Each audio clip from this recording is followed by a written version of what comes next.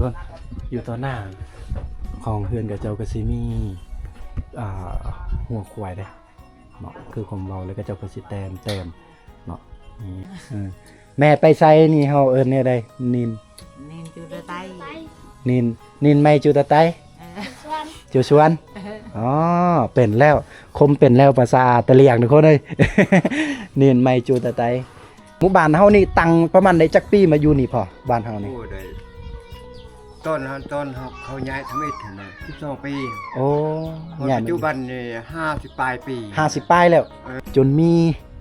ใบอันนี้ออกมาเลยนี่เฮาจับบ่เป็นหยังเลยบ่ได้กลับทักทายสบายดีพ่อแม่พี่น้องสบายดี FC ที่เคารพและฮักแพงเอาตอนนี้ผมยังอยู่ที่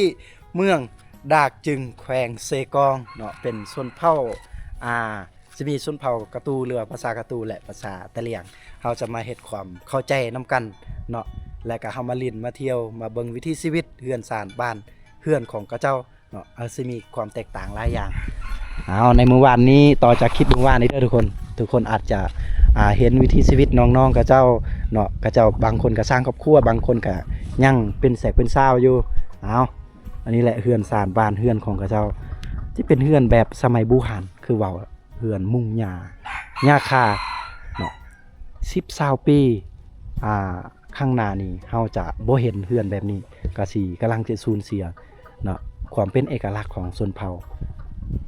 ก็ดีแหละมื้อนี้ในทีมงานเฮาก็ได้มาอัปเดตมาบันทึกเนาะเอาไว้เป็นที่ระลึกความทรงจำเนาะ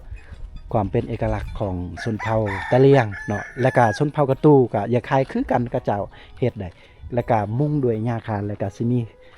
ไฟฟ้าเข้าถึงบ้านเพิ่นได้ปัจจุบันนี้แล้วก็สิมีสัญญาณโทรศัพท์หรือว่าอินเทอร์เน็ตการส้มใสการเก็บฟืนเก็บไฟก็ยังแบบดังเดิมอยู่ก็สิมีการเปลี่ยนแปลงน้อยนึงบ้านเพิ่นทุกคนก็คือตำข้าวปัจจุบันนี้หมู่บ้านเพิ่นก็เจ้าบ่ได้ตำข้าวแล้วแต่ว่าสิมีโฮงซีแบบซุ่มซนได้ก็คือสิมีจักรก็เจ้าสิใส่แบบบางคนก็ใส่แบบกระสวนแต่ว่าบางคนก็สิใส่แบบไฟฟ้าเลยแล้วก็สิมีการเปลี่ยนแปลงตามยุคตามสมัยเฮือนสานบ้านแปลนของกระเจ้าก็สิเป็นแบบนี้ได้นี่ก็สิมุ่ง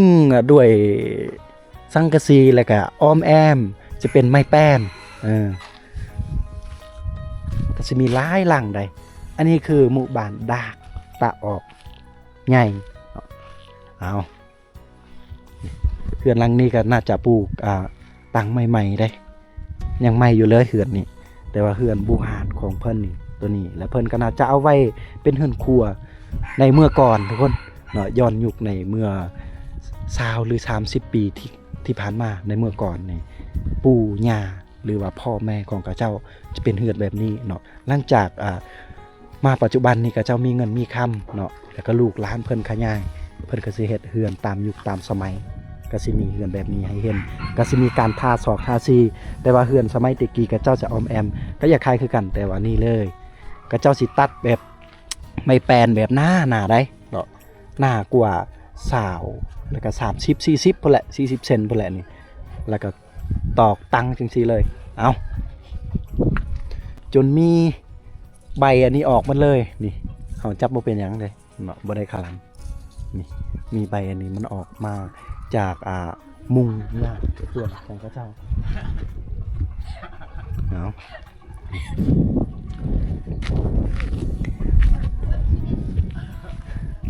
เป็นไม่แป้นตั้งแต่ปูญาตะกี้เลยเนาะอ๋อแสดงว่าเฮาก็สิได้ฮู้ว่าหมู่บ้านเพิ่นก็คือวิถีชีวิตมุ่งหญ้าแล้วก็อ้อมแอมด้วยไม่แป้นแบบนี้ตั้งแบบดังเดิมเลยว่าซั่นซะทุกคนแต่ส่วนเผากระโดส่วนเผาปะโกอ้อมแอมไม่ไผ่ได้กระเจ้าสิสานเป็นกระแตะก็มุ่งด้วยหญ้าแต่ละส่วนเผาความเป็นเอกลักษณ์เนาะเฮือนดังเดิมกับบ่คือกันได้ทุกคนเอาสุดยอดนี่ หมู่บ้านเฮานี่ตั้งประมาณได้จักปีมาอยู่นี่พอบ้านเฮานี่โอ้ปัจจุบันนี่50ปลายปี50ปลายแล้ว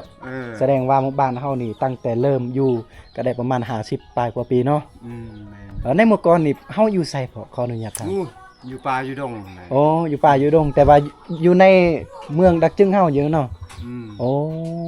คุณก็เจ้าตอนสมัยสงครามตะกี้เนาะลบหนีสงครามตะกี้ก็เจ้าคืออยู่ป่าอยู่ดงนั่นแหละคือชนเผ่าปะโกะชนเผ่ากะโดลูกเองเป็นชนเผ่ากะโด อืม แต่ว่าอยู่แขวงสารวันอยู่เมืองสมุยเข้าใจอยู่เรื่องนี้พ่อโอ้ขอบใจหลายๆโดยวันนี้พระชาติตะเลียงนี่เมื่อก่อนนี่เขาเจ้าอยู่ไซพ่อเขาเจ้าอยู่เวียดบ่หรือว่าเขาเจ้าอยู่แขวงเขาเจ้าอยู่เมืองดักจึงแล้วเมื่อก่อน ก็อยู่ตะจึงนี่แหละ โอ้เนาะตะเลียงก็มีหลายภาษาอีกเนาะ แม่ แต่ว่าตะเลียงคือกันเนาะแต่ละหมู่บ้านนี่เว่าบ่คือกันเนาะ แม่แหละแตกต่างกัน แตกต่างกัน คือกัน เจ้าสมมุติว่าภาษาตะเลียงนี่คอยหักเจ้านี่แปลว่าไหนๆพ่อ อาดอกก็ไม่ อาดอกอาไม เออ อาดอกอาดอก อาดอกเอาเจอก็ไม่ อาดอกอาเจอะกะไมแปลว่าคอยหักเจ้าเด้ออาดอกอาเจอะกะไม เออ อันนี้คือภาษาพื้นบ้านเพิ่นหรือว่าภาษาในบ้านตะเลียงเพิ่นได้บ้านนี้บ้านเฮากับบ้านดักตะออกน้อยนี่เว้าคือกันเลยเนาะ คือกัน โอ้สำพอเฮือน ตะ ซ่าน กี้นี่อยู่นำกัน โอ้ตะกี้ มั นี่ นมาเฮาแยกทางนี้เข้าอันอยู่เขตนั้น แต่ว่ายังให้เห็นอยู่เฮือนแบบนี้เพิ่นโอ้เอาขอบใจหลายๆพอเด้อลูกหลานสิเลาะหน่อยหนึงมาสัมผัสบรรยากาศและก็ผิวเพิ่นในบ้านเพิ่นทุกคนเลยนี่ทางนั้นก็สิมีธรรมชาติที่อุดมสมบูรณ์คือต้นไม้ใบหญ้าเขียวๆงามๆได้หาเบิ่งได้ยากกับธรรมชาติอุณหภูมิอยู่นี่ก็สิเย็นได้เนาะเว้ารวมแล้วก็คืออากาศมันก็สิอากาศหนาวหลายกว่าอากาศร้อนเนาะนี่มืดๆครึมๆแหละท้องฟ้าอากาศทุกคนความสูงอยู่นี่การปลูกฝังเลี้ยงสัตว์ก็พอได้อยู่ได้ประมาณ 1,000 บ่ 1,200-1,300 สูงกว่าน้ำทะเลระดับความสูงทุกคนถ้าผู้ที่เชี่ยวชาญในการปลูกคาเฟ่ก็น่าจะเหมาะสมเลยบ้านเพิ่นนี่กำลังเพิ่นตากฟืนไว้ได้นี่เพิ่นเก็บเพิ่นน่าจะเอามาแต่ชวนมาแต่ให้แต่ว่าเพิ่นก็สิใส่แบบรถไถได้ปัจจุบันนี้ไปตามยุคตามสมัยมีรถไถเพิ่นก็สิเอาแนวมันสบายเนาะก็เอารถไถแก่ฟืนเพื่อจะเก็บเพื่อจะใส่ในหมู่บ้านเฮานี่แหละคมมักเหือนนี่ได้เนาะเหือนหญ้านี่สุดยอดแห้งทุกคนเลยนี่ทางนี้อีก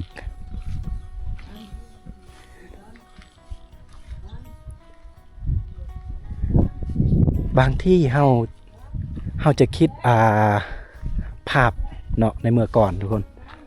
บางทีคมอยู่แล้วก็คิดภาพว่าโอ้เขื่อนสมัยดั้งเดิมก็เจ้าเอิญได้ถ้าเฮาจะให้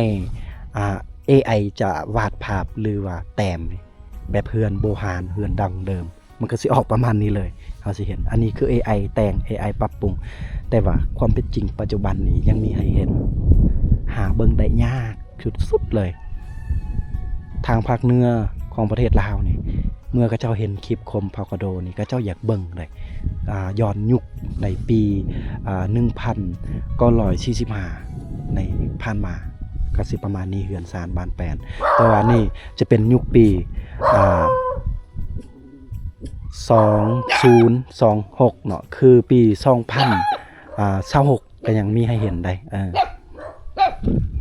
ก็คือก็เจ้าว่านั่นล่ะ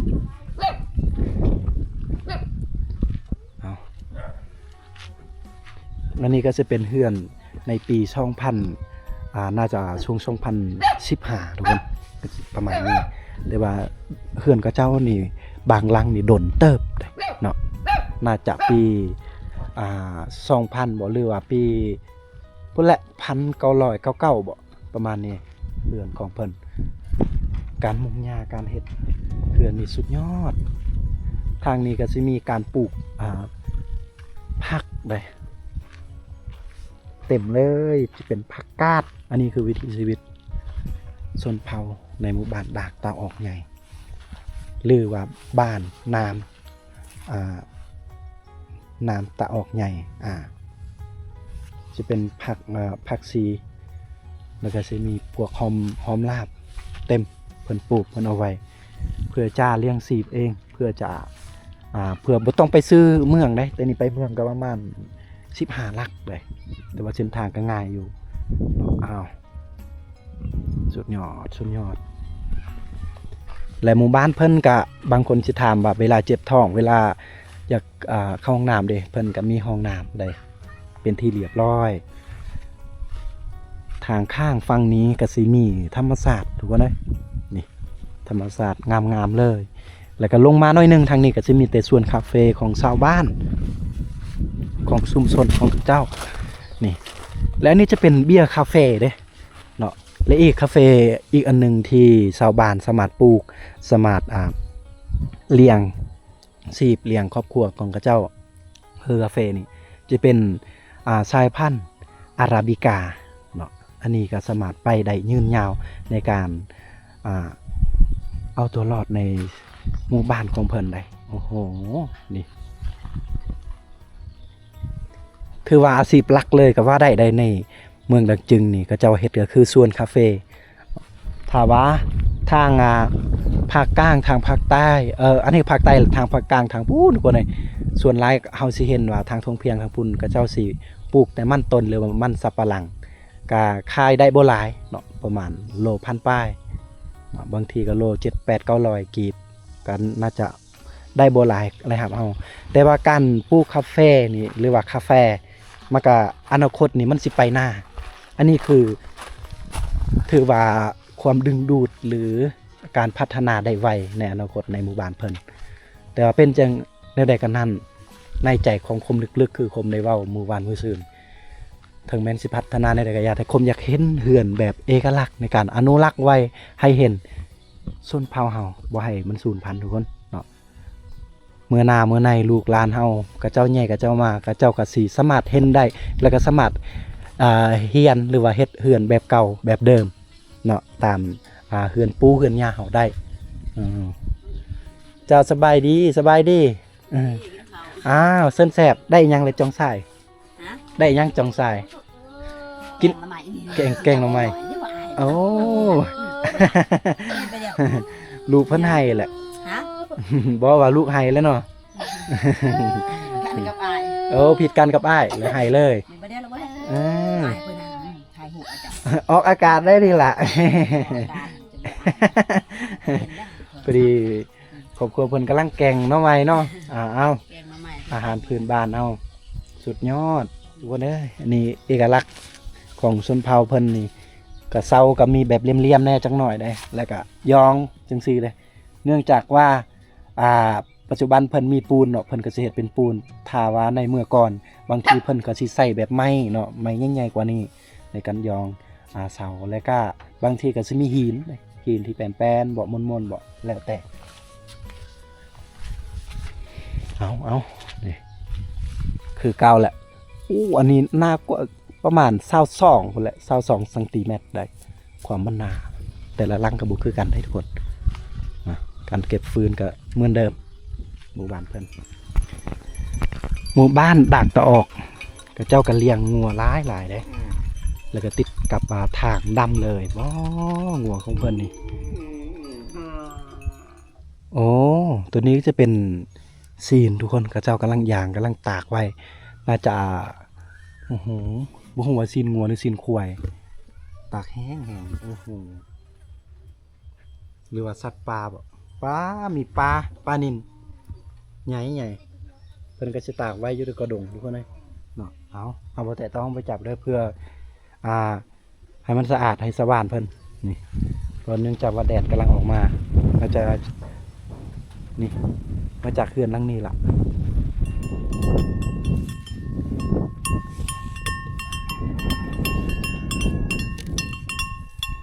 ตุยขนาดเลยควายเพิ่นเลยงามอีก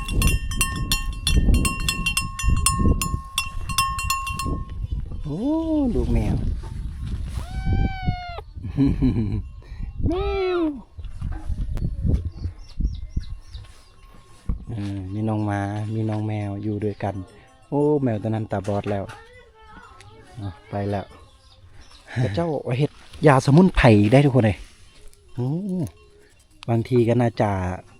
ดีเจ็บประดงคอเจ็บกระเพาะลำไส้เจ็บอันใดอันหนึ่งนี่น่าจะเป็นไม่อันใดอันหนึ่งทุกคนเลยแม่นแหละน่าจะเป็นยาสมุนไพรที่ชาวบ้านเพิ่นเก็บนี่เพิ่นตากไว้เต็มเลยแล้วก็อยู่นี่อันนี้ก็เจ้าเก็บกูไปเลยเมื่อกี้ก็เต็มก็จะตากอยู่นี่อีกทุกคนนี่แม่นแหละยาสมุนไพรแหละเพิ่นเฮ็ดนี่เนาะบางทีก็เจ็บกระเพาะบ่คือขมเว้าอ้าวของพ่อที่คมสัมภาษณ์ตอนต้นเนาะนี่ยืนหลังนี่สุดยอดทุกคนเลยสุดยอดเพิ่นย่านบ่ย่านนี่แปลว่าแนวใดภาษาเฮาแม่โฮรโอ้ภาษาลูกเองน่ะอะดะแม่นโอ้ภาษาตะเลียงน่ะเอิ้นโฮรเนาะเดอะโฮรไม่เดอะโฮรเจ้าบ่ย่านแม่นบ่ภาษาลูกเอิ้นว่าไม่กะปะดะไม่เดอะโฮรเด้อนี่ลูกคนอยู่สารวันโดยแม่นแล้วแม่ อ๋ออายุจักปีแล้วแม่แข็งแรงอยู่บ่อายุจักปีละแม่ได้โอ้70ปลายโอ้แข็งแรงเด้อแม่เด้อโดย แม่นี่ภาษาตะเรียกเอิ้นอะไรแม่นินโอ้นินแข็งแรงเด้อแม่ไปไสนี่เฮาเอิ้นแนวใดนินจูตะไตนินไม่จูตะไตจูชวนอ๋อเป็นแล้วคมเป็นแล้วภาษาตะเลียงทุกคนเลย นินไม่จูตะไตว่าจูชวนก็คือว่าแม่เจ้าไปไสพอดีร้านหน่อยเพิ่นตอบว่าแม่ค่อยไปสวนนู้เก่งได้ภาษาลาวก็เว้าเก่งเนาะล่ะเนาะเก่งสุดยอดถามว่าได้อีหยังกินข้าวได้บ่ภาษาทางนี้เอิ้นว่าได้อีหยังกินข้าวได้อีหยังไปแบบเจ้าได้อีหยังกินข้าวตอนนี้หรือว่าเจ้ากินข้าวกับหยังมานี่อยู่ปานในจังหวัดอยู่ปานในจังหวัดไม่อยู่ปานในจังหวัดอยู่กูยิอยู่กูยิเอาถามว่าเจ้าได้หยังแล้วของกินเด้อบ่ฮู้เพิ่นตอบนี่ได้โอเคโอ้สบายดีอันนี้ผู้สาวบ่สองคนเมียเขาบ่ฮะหั่นแหละเมียเขาบ่รู้ผู้สาวเนาะ มีผู้สาวขี่รถเมื่อกี้นี่เอาก่อนรอง่ายก่อนรอแต่แพงเนี้ยเนาะเราลืมแหละแม่จะไปใส่แม่ไม่ได้ก่อนฮะจูชวนนินไม่จูลิสวนลืมละทำหน่อยนึงลืมไปแล้วอยู่ต่อหน้าของเพื่อนกับเจ้ากระซิมีหัวควายได้เนาะคือความเบาแล้วก็เจ้ากระซิแต้มเนาะเพราะว่าในหมู่บ้านเพิ่นก็นับถือผีบรรพบุรุษ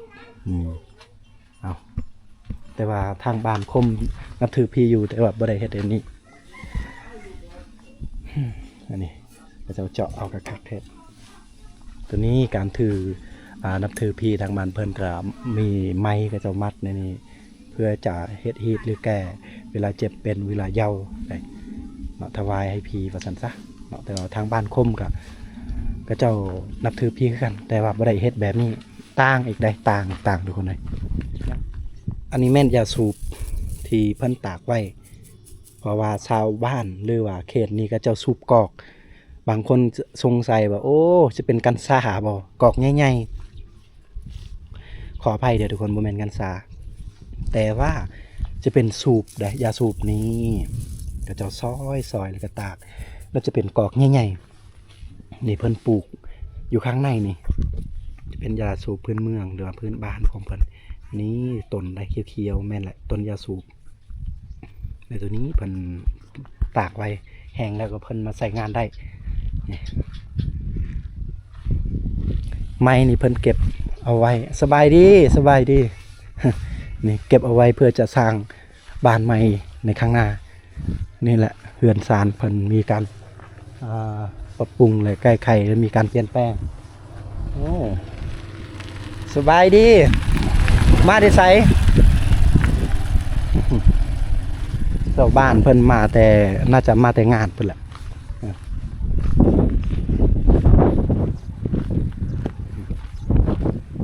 ครั้งนี้ก็จะมีส่วนกาแฟได้คือผมเอาเมื่อกี้นี่กาแฟทุกคนเลยเนาะจะเป็นกาแฟอาราบิกาแม่นบ่ผมกับโบฮูเรื่องกาแฟได้ประมาณเอาเลยแต่กำลังดอกพอดีเนาะกาแฟอาราบิกาแม่นเลยอันนี้เต็มของเพื่อนพี่น้องทางนี้อันนี้จะเป็นโฮงสีชุมชนหรือว่าโฮงสีครอบครัวที่ใส่น้ำมันหรือว่าเสียบไฟฟ้าบ้านเพิ่นมีไฟฟ้าและมีน้ำก๊อกในการใส่ทางนี้ก็จะมีส่วนของครอบครัวเพิ่นเนาะผักหญ้าอย่างต่างๆครบจบโอ้ได้หยังของกินได้หยังจองทราย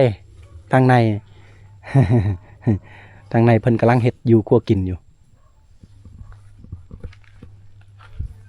โอ้ขมมักนี่สุดยอด ตอนทำอิฐมันก็ตั้ม เห็นโคกตำเข้าใช่เนาะแต่ว่าปัจจุบันนี้บ่ได้ตำแล้วอ๋อ มีทั้งซีเขาก็ซีเอา โอ้ตำอยู่เทิงนี่เลยบ่ โดย ตุ่มได้ทุกคนก็จะตำอยู่เทิงเบิ่งขออนุญาตเบิ่งได้บ่อันนี้ก็คือโคกของกระเจ้าโคกตำเข้าแต่ละที่แต่ละบ่อนบ่คือกันแล้วก็ซากเพิ่นเก็บไว้ยาวๆอันนี้คือเขาสิเอิ้นว่าโฮงสีโบราณหรือโบราณนั่นเองปัจจุบันนี้เพิ่นแทบจะบ่ใส่แล้วเพิ่นใส่ก็น่าจะตำมันแม่นบ่ตำมันตำอันใดอันหนึงเพื่อจะเฮ็ดอาหารหมูอาหารเป็ดไก่อาหารน้องม้าสิได้เพิ่นก็สิใช้ตัวนี้บางทีก็ตำอันใดอันหนึงเพื่อจะกินได้นี่จะเป็นกระเพาของเด็กน้อยไอ้โดยเอ้ยอันนี้คือข้างในเฮือนของเพิ่นสุดยอดนี่มีไผแน่อยู่ในบ่มีไผ ไป พอเด็กน้อยนี่ไปใส่แหละ เพิ่นไปเลาะเล่นเลย เพิ่นไปเลาะเล่นอืม จ้าอุ้ย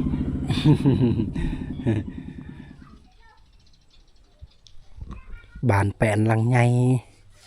อยู่ตัวหน้าเดินเพิ่นก็เกลี้ยงแทบจะบ่เห็นยางพลาสติกแทบจะบ่เห็นขี้เหงื่อหยังเลยติดโอ้โหบ่ฮู้ว่าจักครอบครัวทุกคนเลาะดนได้อยู่ข้างหน้าเพิ่นก็ยังมีหมู่บ้านเพิ่นนี่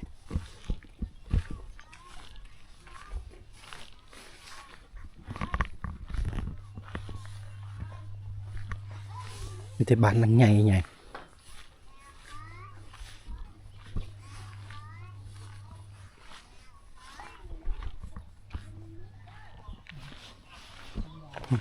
สบายดี มาแต่ให้มาแต่สวนป่ะชาวบ้านเพิ่นกำลังมาแต่ให้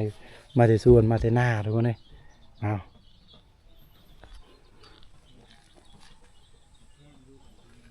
เป็นบ้านทงเพียงบ้านเพิ่น